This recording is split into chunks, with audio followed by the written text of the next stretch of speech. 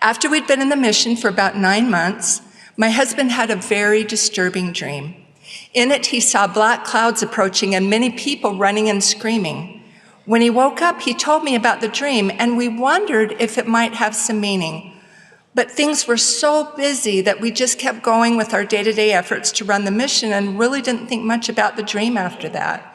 However, a month later, he had a similar dream. But this time, the ominous black clouds were closer. More people were running and screaming, and my husband was trying to get to the mission home where my daughter and I were. This time we paid attention and chose to believe that it wasn't just a dream. The earthquake hit early on a Saturday evening. My husband and I were 300 miles away from the epicenter, and it felt like the building we were in was going to collapse. We started making plans to prepare our mission for an emergency. There was no hard evidence that we should prepare for anything, but we chose to believe those dreams were a warning. Although the dreams were symbolic and didn't specify what the emergency was, my husband always felt we should prepare for an earthquake. Because of those dreams, we prepared our missionaries through having them each put together 72-hour emergency packs that were checked monthly. But much more important, we felt very strongly the need to prepare our missionaries spiritually and strengthen their covenant connection with the Lord. On April 16, 2016, a powerful 7.8 magnitude earthquake hit Ecuador. The hardest hit areas were in our mission, and our entire mission was affected.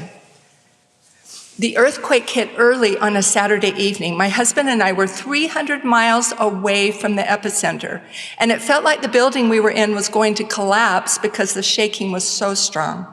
The epicenter was in the northern part of our mission, and 80% of that city was destroyed. A third of our missionaries were in the hardest hit areas.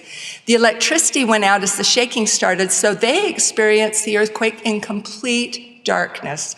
Buildings collapsed around them, people were running and screaming, and there was utter chaos and devastation. Hundreds of people were killed and thousands were injured. But miraculously, not one of our missionaries was hurt, and they all knew where to go and what to do because of their emergency preparation.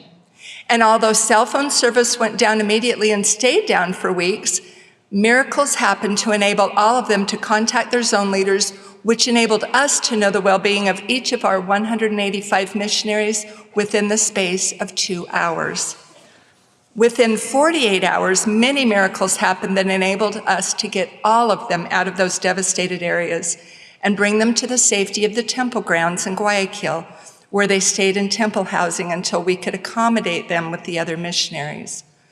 There were many, many miracles that day before, during, and after the earthquake that saved their lives. They felt angels protecting them, and they felt great peace and God's love for them in the middle of the extreme shaking, chaos, and destruction. That protection, peace, and love that they felt during the shaking, when so many were feeling terror, was not because of their emergency preparation, but because of their spiritual preparation, through their covenant relationship with their Father in heaven and Jesus Christ. How have current events made you feel about the future? And we had this report from the New Jersey State Police now admitting that they have revealed that unidentified drones are operating on a frequency that cannot be detected. Okay, we can't detect the frequency? We don't know. Amidst the New Jersey State Police, we don't know what these things are. New Jersey Representative Jeff Van Drew now is doubling down on the same claim that he made yesterday, which we brought to you yesterday here on the show, that these mysterious drones are coming from an Iranian mothership off the east coast of the United States. And he slammed Pentagon officials for it at the time for treating the American people like they're stupid and withholding information about these drones. This is what he said this morning. Watch. These drones very well could be launched from a ship. It could be hundreds of miles out at sea. These types of drones go much greater distances. These, again, are something that we normally don't see in the United States. So there is a real possibility. Could it be China? Absolutely. Could it be somebody else? It sure could. Here's the deal. They don't know what it is. They don't know what it's about. They haven't taken one down to analyze it. They have no idea where it comes from, but they know that it's not that. I mean, that's nonsense. guns. They do not know what they're doing. Why don't they take one of them down, analyze it, and let us know what's really happening? I hope they know more than they're telling us, but that's disrespectful to the public and to Congress. It's about time they leveled with the truth. Hopefully they'll give us some information this afternoon. But even if they do, it's like a month too late. This reminds me of the spy balloon last year. Admittedly, the Lord has spoken of our day in sobering terms. He warned that in our day, men's hearts would fail them, and that even the very elect would be at risk of being deceived. He told the prophet Joseph Smith that peace would be taken from the earth and calamities would befall mankind. Yet, the Lord has also provided a vision of how remarkable this dispensation is. He inspired the prophet Joseph Smith to declare that the work of these last days is one of vast magnitude. Its glories are past description, and its grandeur unsurpassable, close quote. How are we to deal with both the somber prophecies and the glorious pronouncements about our day?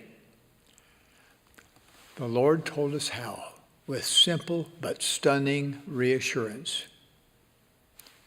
If ye are prepared, ye shall not fear. Some church members opine that emergency plans and supplies, food storage, and 72-hour kits must not be important anymore because the brethren have not spoken recently and extensively about these and related topics in General Conference. But repeated admonitions to prepare have been proclaimed by leaders of the church for decades. The consistency of prophetic counsel over time creates a powerful concert of clarity and a warning volume far louder than solo performances can ever produce. Just as challenging times reveal inadequacies in a temporal preparedness, so too the maladies of spiritual casualness and complacency inflict their most detrimental effects during difficult times. We learn, for example, in the parable of the 10 virgins, that procrastinating preparation leads to unsuccessful proving. If you need some temporal preparedness tips, ideas, help, if you want to order food storage, you can go to the church website, providentliving.churchofjesuschrist.org. I also plan to start posting temporal preparedness tips on Instagram if you go to Christian Fire Poppy. If you want an established Instagram account for preparedness, go to LDS Prepper Girl. Thank you for joining me today.